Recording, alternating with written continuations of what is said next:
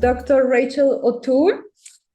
She's an associate professor in the Department of History at the University of California, Irvine, where she teaches classes on colonial Latin America, the African diaspora, and sex and gender. Her very famous monograph, Bound Lives, Africans, Indians, and the Making of Race in Colonial Peru, received the 2013 Latin American Studies Association Peru Section Flora Tristan Book Prize. She has co-edited two very important volumes. The first one, Africans to Spanish America, Expanding the Diaspora in 2012, and more recently, Iberian Empires and the Roots of Globalization, that was published in 2019. She has also published several articles on the construction of whiteness, masculinity within slavery, African diaspora identities, indigenous politics, and gender influences on racial constructions, and is currently completing her second monograph regarding the meanings of freedom in colonial Peru. And today's lecture is bringing her closer to completing that study. So I'm very much looking forward to hearing you, Rachel, and to engage in the discussion afterwards. So again, welcome to the BCDSS. We are happy to have you, and the floor is yours. There. Thank you so much, Danitza, for that introduction. And I want to thank everybody for being here so late to accommodate the time in California, which it's 9 a.m. here in California. So thank you so much for accommodating me. And I want to thank Julia Hillner, Jan Homner, Janine Bischoff, Caroline Nowak, and of course Danitza, and all of you at the Bond Center for Dependency and Slavery Studies for this invitation to speak and the effort it really does take to coordinate a talk from Southern California to Southern Germany. Today, I'm presenting a chapter from my book manuscript entitled An African Diaspora's Persistent Freedom, Gender, Race, and Municipal Citizenship in Colonial Peru. And I hope that I'm in dialogue with the center's challenge, to quote from the concept paper, to understand how social relations of asymmetrical dependency emerge and how they are sustained in specific social settings, how the actors involved shape these relations in practical ways, and how their actions develop as social practices. So I'm using this chapter, it's chapter 2 in my manuscript, regarding how enslaved men and women negotiated their debt to obtain their purchase price and to signal their separation from enslaved status.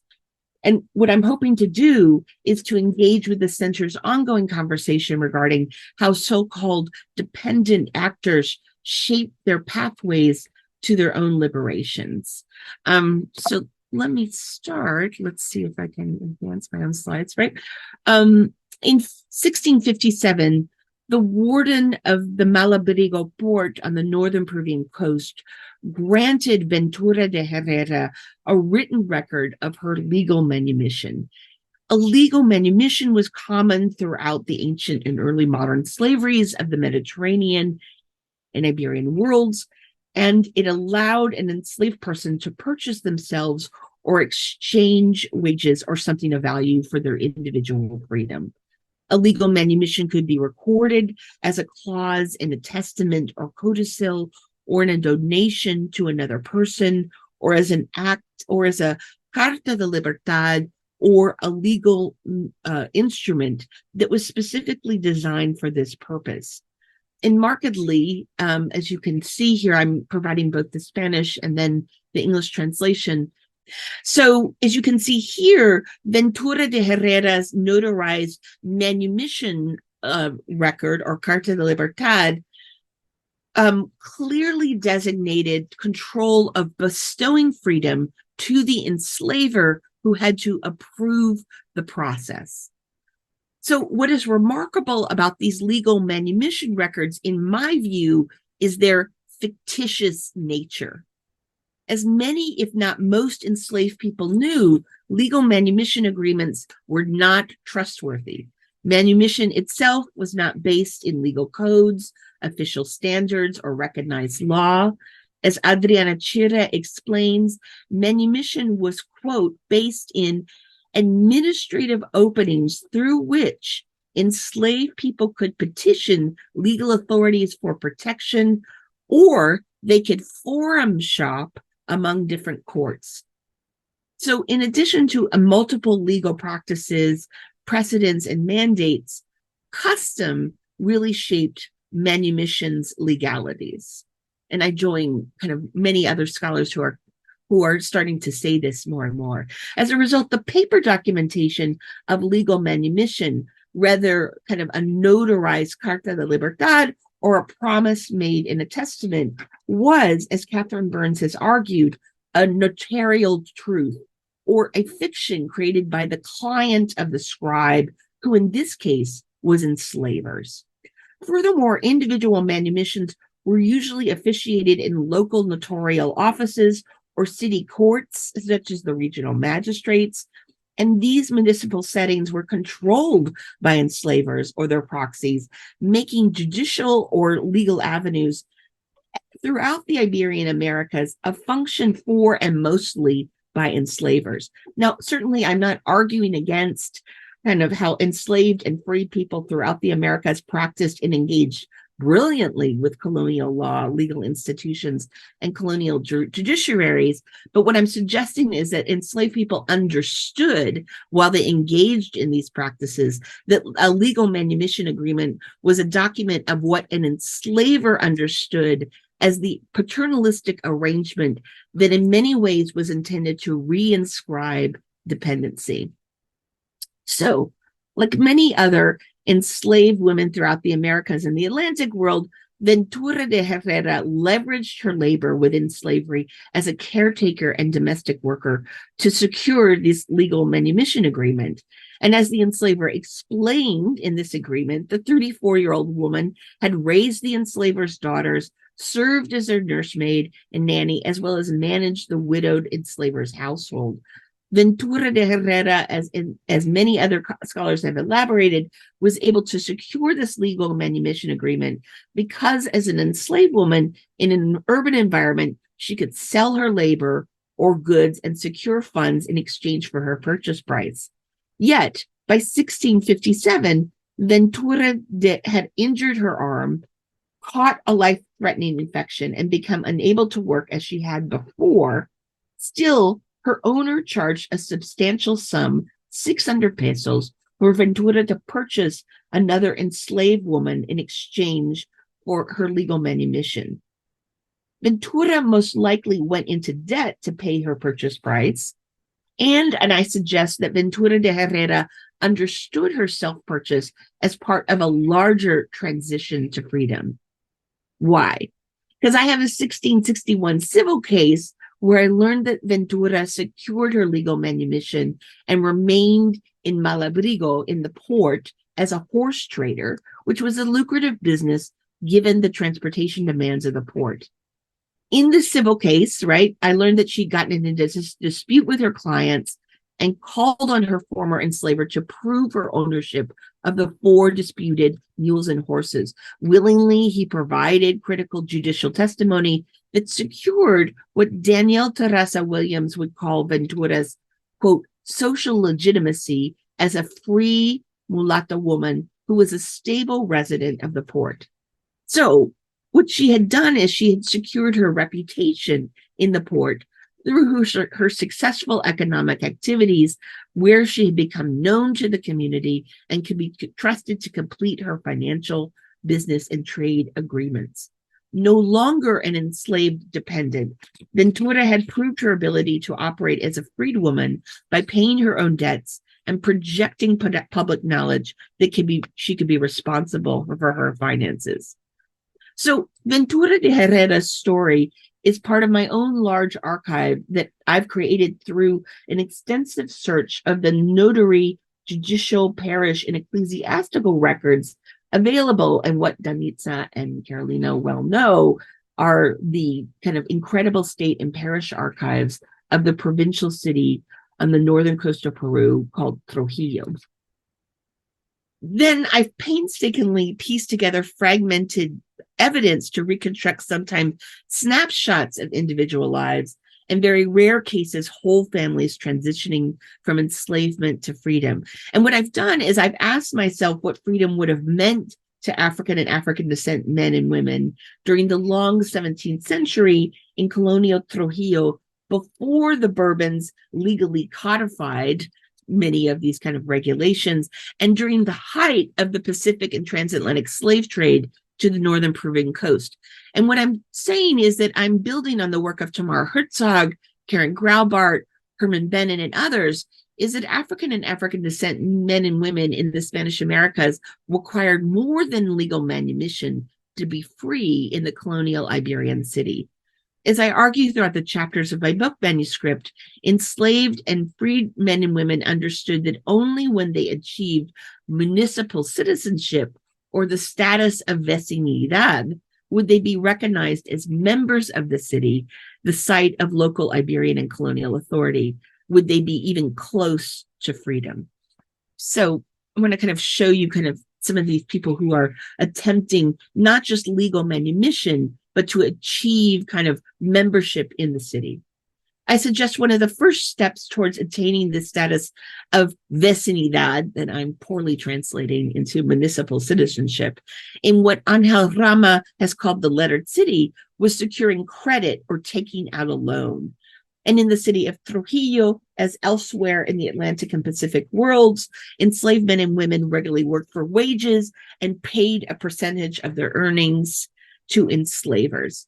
Debts were easily accumulated as enslaved men and women circulated and calculated what clients owed them while saving some for themselves. And in both cases, enslavers assumed the responsibilities for the debts of their dependents. And because legally, if an enslaved person defaulted on a debt, their enslaver would be responsible for the payments. Yet when enslavers offered enslaved people the opportunity of self-purchase, what I would suggest is they opened up a commercial negotiation to people who were already pretty savvy in trading. In 1681, an enslaving widow initially agreed that Juan de Escobar owed her 300 pesos for his freedom. She explained in her will, right, that she did not remember the agreed upon price that the enslaved blacksmith had negotiated for his purchase, right, that you can see here. Highly in debt following the death of her spouse, the enslaving widow refused to authorize a legal manumission agreement until she had received Escobar's full purchase agreement. Yet the enslaving widow declared that she had not kept accounts.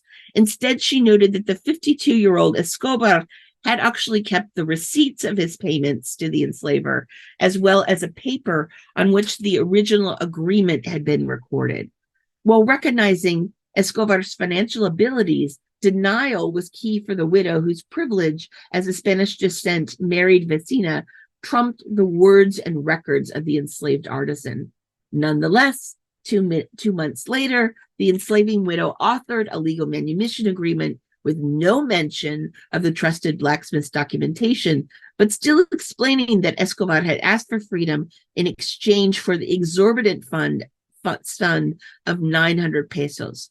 So for enslavers, the game was avoiding specific written arrangements that spelled out the price of freedom, right, and kind of the path to freedom. What enslavers wanted to do was stick to generalizations favored by the language of legal manumission agreements. Enslaved people, as a result, were exceptionally adept in accounting for their wages and their earnings, knowing that enslavers could be motivated by a regular income of purchase or manumission payment. So when enslaved people went into debt to purchase themselves, their paths to freedom were hardly clear and required a range of transactions. So for a loan of 100 pesos, Rosa de Cespedes promised to pay 8 pesos monthly to her lender and serve in his house in, quote, whatever he wishes me to do in payback of the said debt, end quote. With her loan, Céspedes would be subjected to the demands of the male creditor in his house that include all sorts of intimate and unconsensual labor. Nonetheless, Céspedes had made a clear calculation. She had secured a written, legitimate, notarized contract that promised to transition her to freedom. Enslaved people then sought to clarify debts owed for their purchase price and agreements to work or pay off exact purchase prices listed by enslavers. Debt certainly marked these hierarchies in the city of Trujillo and tied free people into new obligations. Yet by notarizing their own debt agreements, enslaved men and women could map out their freedom and also enter the city's written records on their own term. So how did they kind of enter into these so they're entering into these debt agreements, then how are they kind of moving from the debt agreements into municipal subjecthoods or citizenships? As many scholars have shown, African descent women like Rosa de Céspedes were more likely to engage in urban economies, and they were more likely to purchase their legal manumission than men. In the city of Trujillo and on the surrounding sugar and wheat estates, most enslaving men, though, did not have access to enslavers with whom they could negotiate their freedom. Yet male artisans whose valuable labor allowed them to garner high regular wages for their services were more likely to secure loans for their purchase price. Enslaved artisans were able to purchase themselves by making yearly payments, and the value of their wages allowed enslaved artisan men to earn their purchase price and quickly pay off their loans and end their enslavement.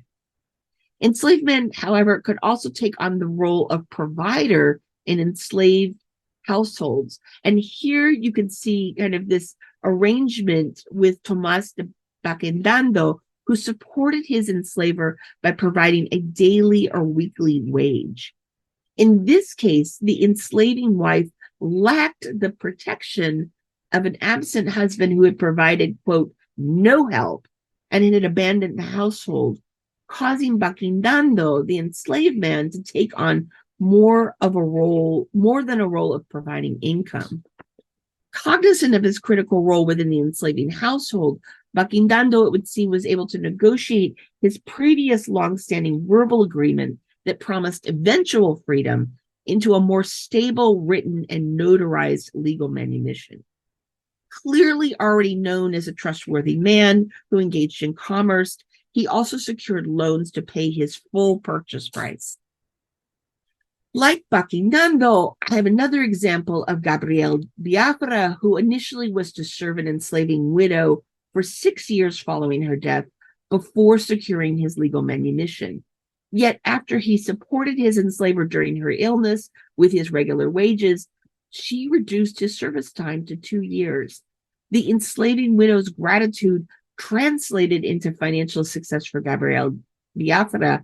And as I pieced together these notarial entries, I found that within 5 years, the successful Mason had secured a legal manumission agreement and was known as a free moreno among his creditors throughout the city. More than a mere enslaver, trustworthy Gabriel Biafra had proven his abilities as a provider both and during his transition to freedom. So what it seems to be clear is for enslaved men, remarkable service, exemplary protection, or extraordinary care was central to how they earned their right to petition and pay for legal manumission. As an enslaved man, Francisco Arrara had proven to be a model of a loyal servant. When his enslaver was ill, the enslaved water carrier had traveled swiftly to the distant villa of Sanya to retrieve polvos de guanes or restorative medication, and in return, the enslaver had promised to leave between 600 to 500 pesos to pay for the purchase of Francisco Arrara. When the enslaver died, however, his testament did not include the promised bequest. Instead, the closed will, a document that was not supposed to be open or made available until after the enslaver's death, listed Francisco Arrara only as his slave. As the result of the enslaver's broken promise, the loyal enslaved water carrier was sold at public auction by the deceased owner's executor. Francisco Herrera, however, knew the value of his service and refused to accept the erasure of the promised exchange of his freedom. The death of the owner and the subsequent intervention of the executors and heirs often caused enslaved people to be denied these promises of legal manumission, and I would suggest Francisco Herrera knew in many ways that this was going to happen.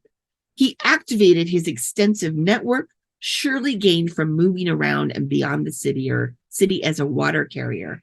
Hardly a mundane job, it sounds very mundane to us. His tasks would have included negotiating with the managers, owners, and stakeholders of this arid city, wells and irrigation canals, to secure portable water for the enslaver's household.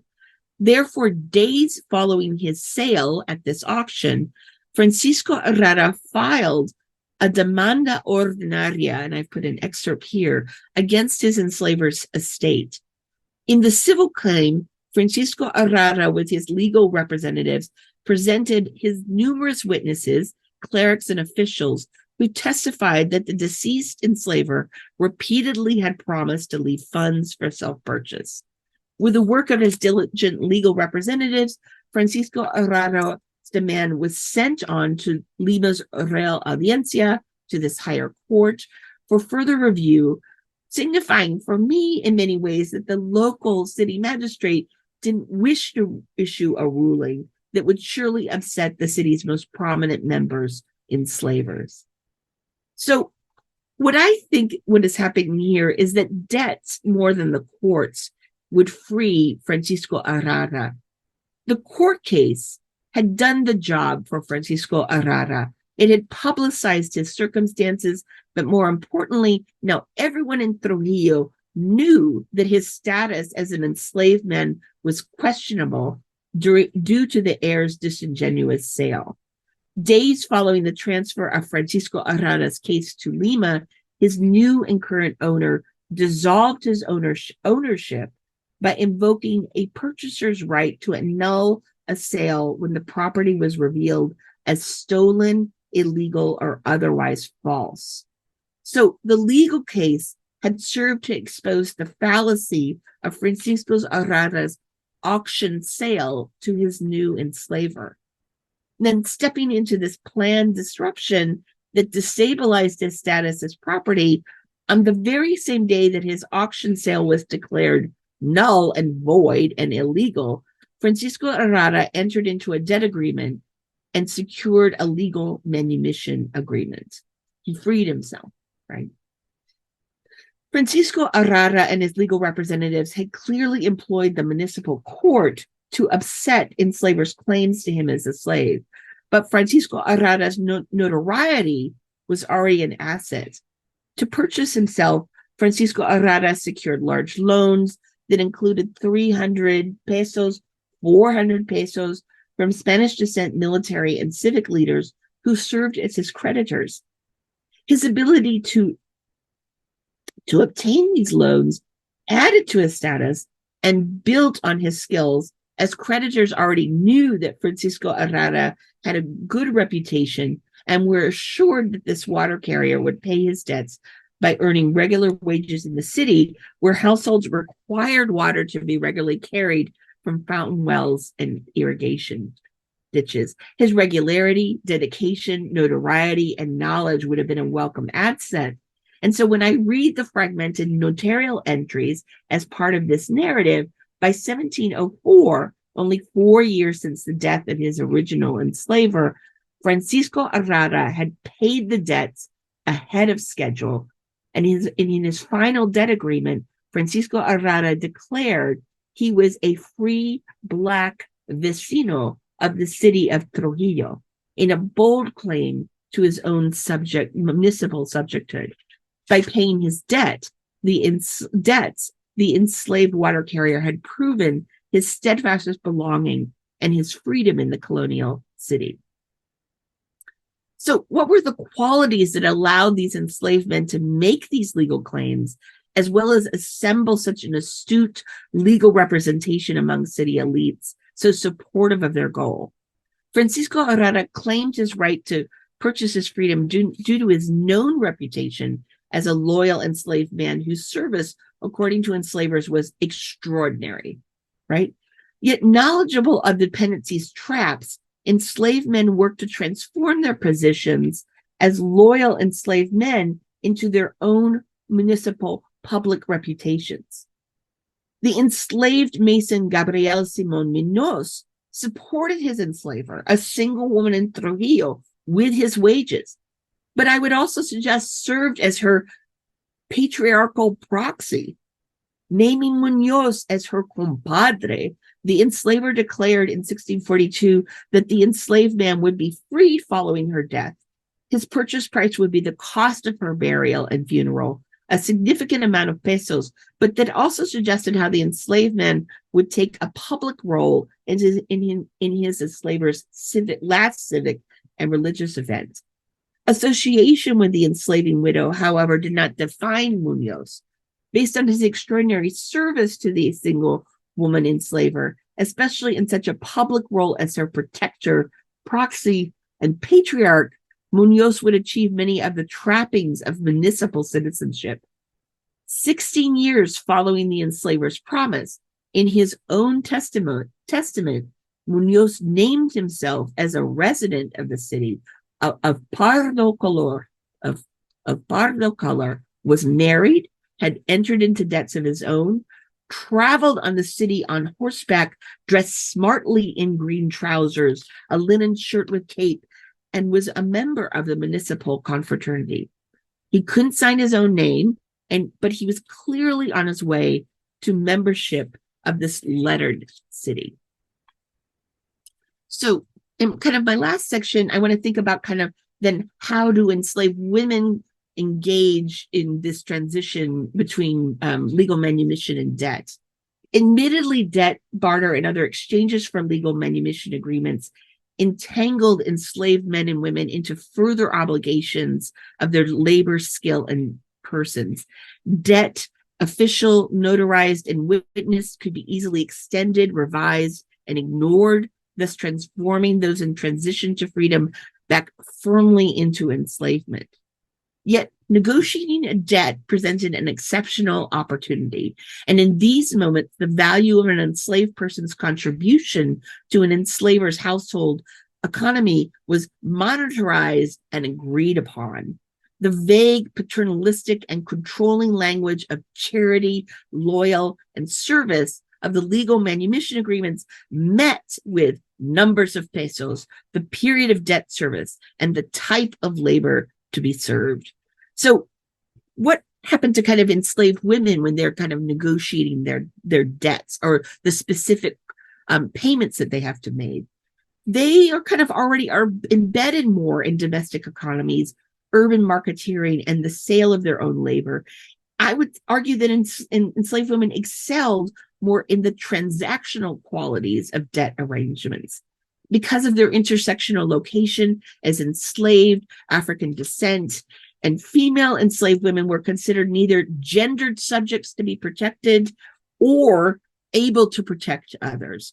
As a result, enslaved women traded on their financial acuity to create public identities and transition to this municipal membership. So when Juana de la Cruz purchased herself in 1678, she wisely borrowed funds from a leading Trujillo vecino who was not her enslaver. She still needed to rely on her former enslaver, a widow vecina, to supply over half of the purchase price. But in a rare paired documentation of both the legal manumission agreement and the debt agreement, we can see how enslaved women employed their financial skills to arrange for an independent debt agreements to separate themselves from enslavers.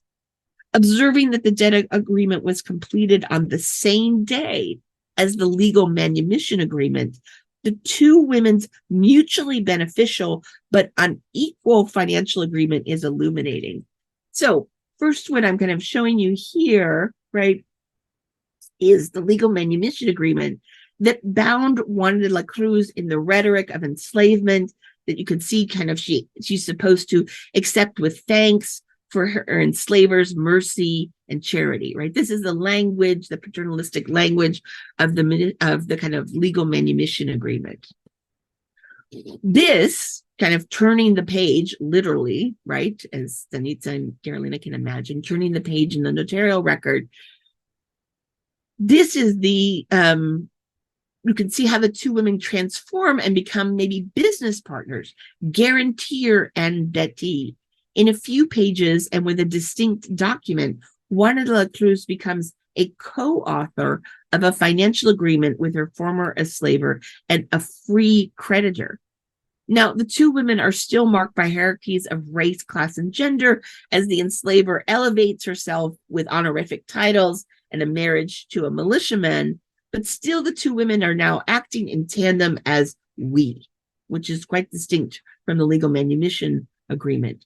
And both include themselves as residents of Trujillo, as you can see here.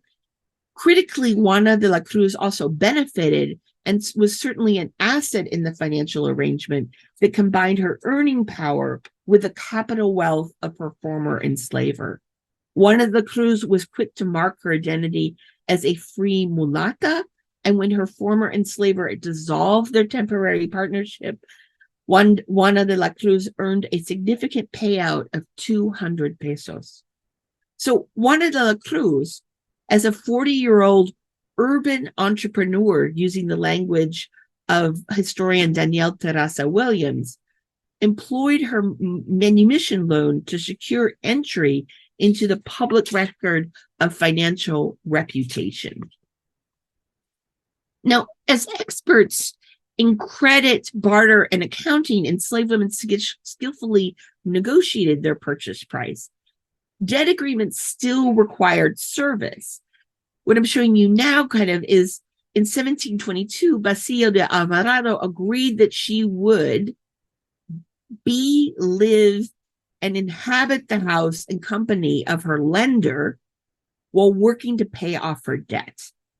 Yet during this time, Alvarado would be known as a free person, a phrase that she had written into her own debt agreement that you see here. And in this exceptional document that immediately followed the legal manumission record in the notarial books, Alvarado separated herself from the former enslaver's heir and executor, as well as her new patron and lender. She, in fact, paid the notary who composed her new public identity, as Alvarado named herself as a free parda vecina of the city of Trujillo, literally pages away from her legal manumission record. The native of Trujillo certainly understood that a legal manumission did not make her into a member of the city's recognized municipal community, yet Alvarado employed the notarial debt agreement to make a legal declaration to pay back her debt of 250 pesos that she coupled with a public display of her new emerging status. Debt certainly did not mean complete liberation. Her new patron and lender agreed to provide regular meals, signifying their client-patron relation, but also conceded to dress Alvarado in what I find to be an interesting phrase: when I ask by necessity, according to the quality of my person. Or what I would suggest, when Alvarado wanted to dress as a free woman. At once a display and a confirmation of her freedom, Alvarado employed her clientage relationship with her lender to dress the part of a free woman as she worked to pay back the debt of her purchase price. Without romanticizing the dependency of debt, the transactions recorded and represented by the notarial agreement demonstrates how Alvarado made herself into the free woman that she envisioned. She successfully paid her loan in 6 years, worked for wages, and acquired a financial reputation while dressing according to the status that she perceived for herself. So for enslaved women seeking legal manumission and freedom, the transactions of debt agreements provided an opportunity to transform their marginalized and enslaved status into a vibrant, indebted one. On February 7, 1672, an executor and heir fulfilled a manumission process and granted Catalina de Herrera a legal manumission agreement in exchange for 500 pesos or her agreed upon purchase price. In the legal manumission record, the notary recorded Ayala in the language of an enslaved inventory. The legal manumission record, as many others, emphasized her physical features, her age, right? Ayala, though, worked to quickly change herself from object to subject.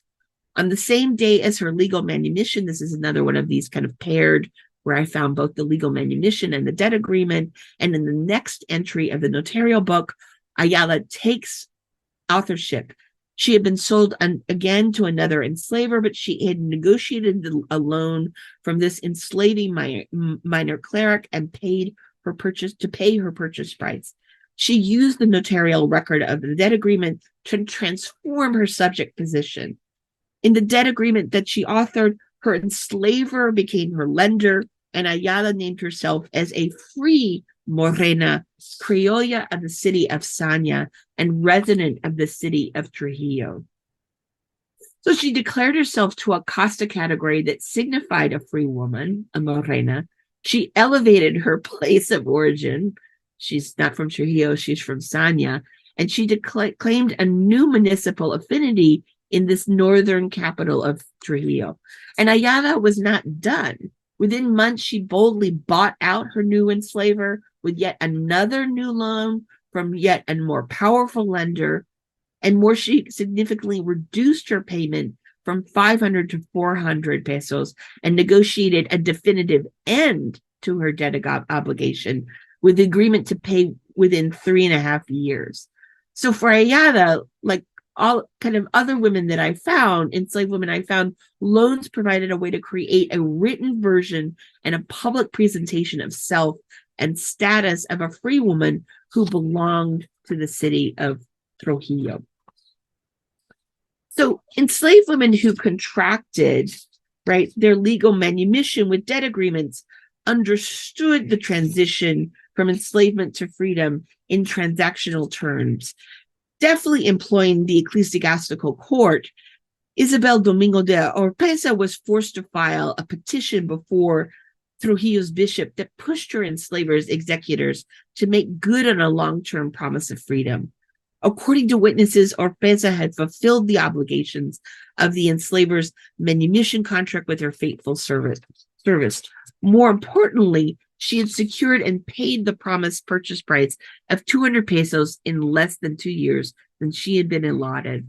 This 30-year-old woman with her legal representatives battled the ridiculous and controlling claims of the executors with their notaries, who claimed to not be able to locate the codicil where the deceased enslavers had detailed his promise of freedom, a common practice of enslavers to retain enslaved people, right? To literally lose the paperwork. Yet practiced in the transactions of debt and barter and monetary exchange, Oropesa provided the ecclesiastical court with a written receipt of her payment to the executors of 200 pesos, or the specified amount of her agreed upon purchase price. She had outsmarted the enslavers of the lettered city. But more than kind of practicing her legal consciousness, money trumped legal writ, or rather its absence. And in August of 1681, Oropesa secured a notarized legal manumission agreement. Like many women of African descent, Oropesa's deft judicial practices included a direct petition of Trujillo's most powerful ecclesiastical authority.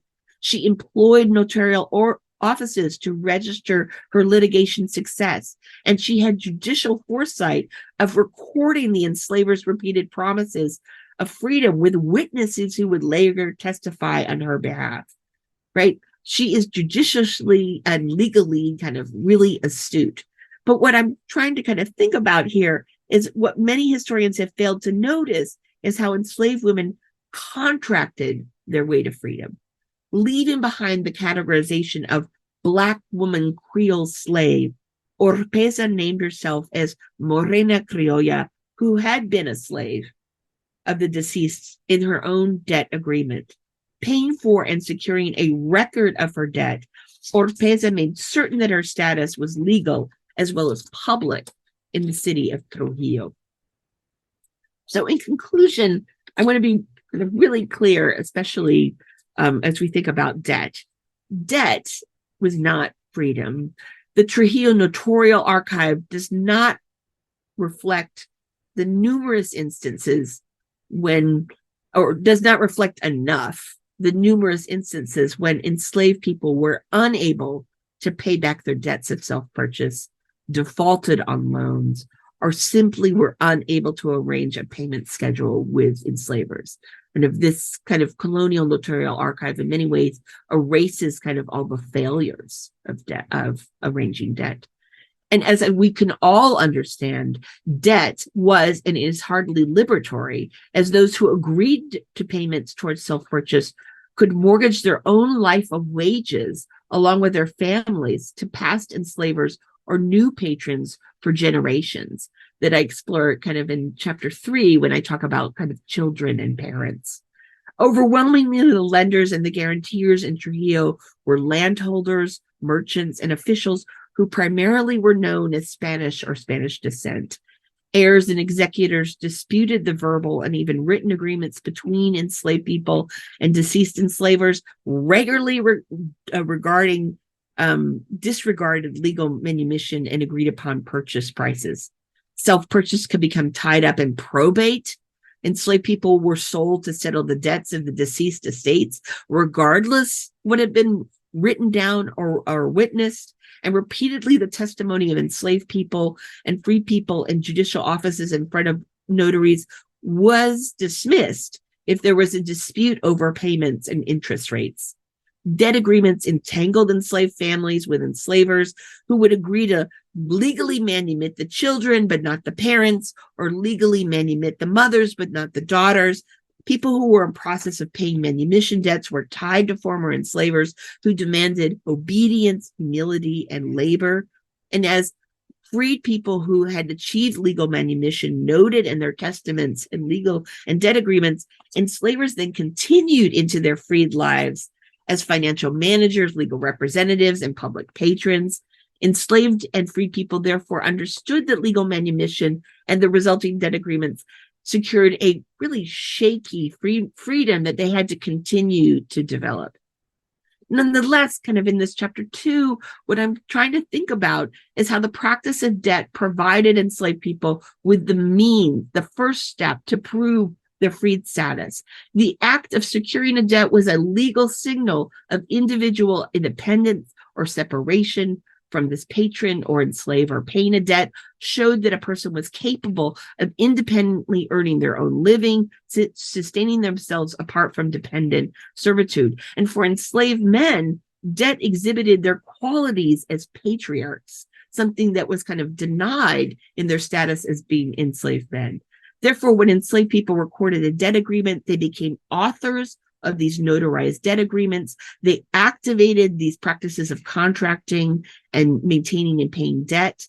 And in these notarized debt agreements, enslaved women especially marked their status with new names. They declared themselves with new casta or racial categories, and their abilities to pay back debts along with enslaved men would be followed by moving to their own living quarters, attaining clothing that reflected their status, marrying in the Catholic Church, and establishing their own households, right? Which was part of this establishment of being vecinos and vecinas in the city of Trujillo.